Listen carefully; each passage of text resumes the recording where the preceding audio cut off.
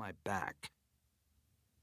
By this point, I knew more about drug addiction and alcoholism than any of the coaches and most of the doctors I encountered at these facilities. Unfortunately, self-knowledge avails you nothing. If the golden ticket to sobriety involved hard work and learned information, this beast would be nothing but a faint, unpleasant memory. To simply stay alive, I turned myself into a professional patient. Let's not sugarcoat it. At 49, I was still afraid to be alone. Left alone, my crazy brain, crazy only in this area, by the way, would find some excuse to do the unthinkable, drink and drugs. In the face of decades of my life having been ruined by this, I'm terrified of doing it again. I have no fear of talking in front of 20,000 people, but put me alone, on my couch, in front of the TV for the night, and I get scared.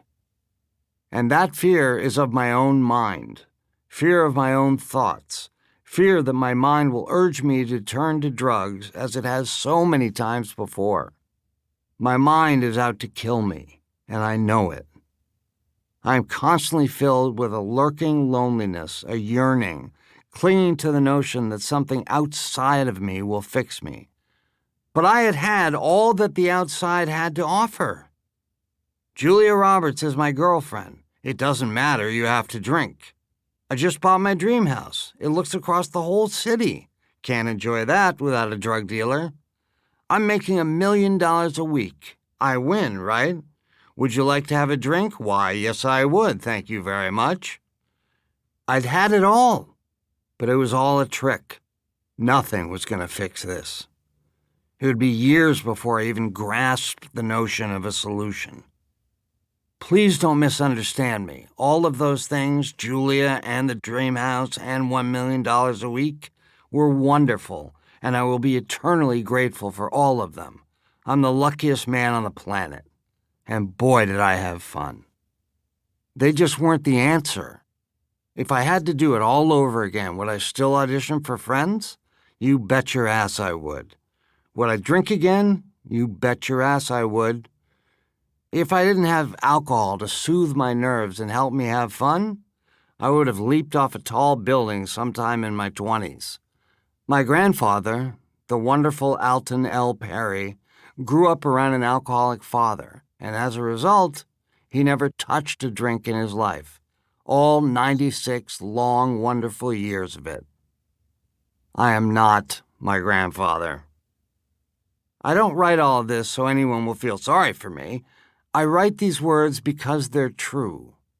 I write them because someone else may be confused by the fact that they know they should stop drinking. Like me, they have all the information and they understand the consequences, but they can't stop drinking. You're not alone, my brothers and sisters.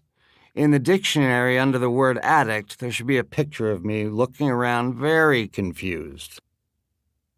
In the sober living house in Southern California, I had a view of West LA and 2 queen-sized beds.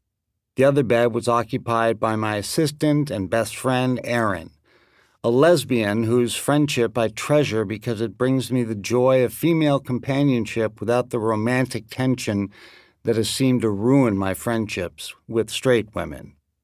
Not to mention, we can talk about hot women together. I met her 2 years earlier at another rehab where she had been working at the time. I didn't get sober back then, but I saw how wonderful she was in every way and promptly stole her from the sober living rehab and made her my assistant. And she became my best friend. She, too, understood the nature of addiction and would come to know my struggles better than any doctor I'd ever seen. Despite the comfort that Erin brought to the situation, I still spent many sleepless nights in Southern California. Sleep is a real issue for me, especially when I'm in one of those places. That said, I don't think I've ever slept more than 4 hours straight in my entire life. It didn't help that we'd been watching nothing but prison documentaries, and I was coming off so much Xanax my brain had fried to the point where I was convinced that I was an actual prisoner and that this sober living place was an actual jail. I have a shrink whose mantra is...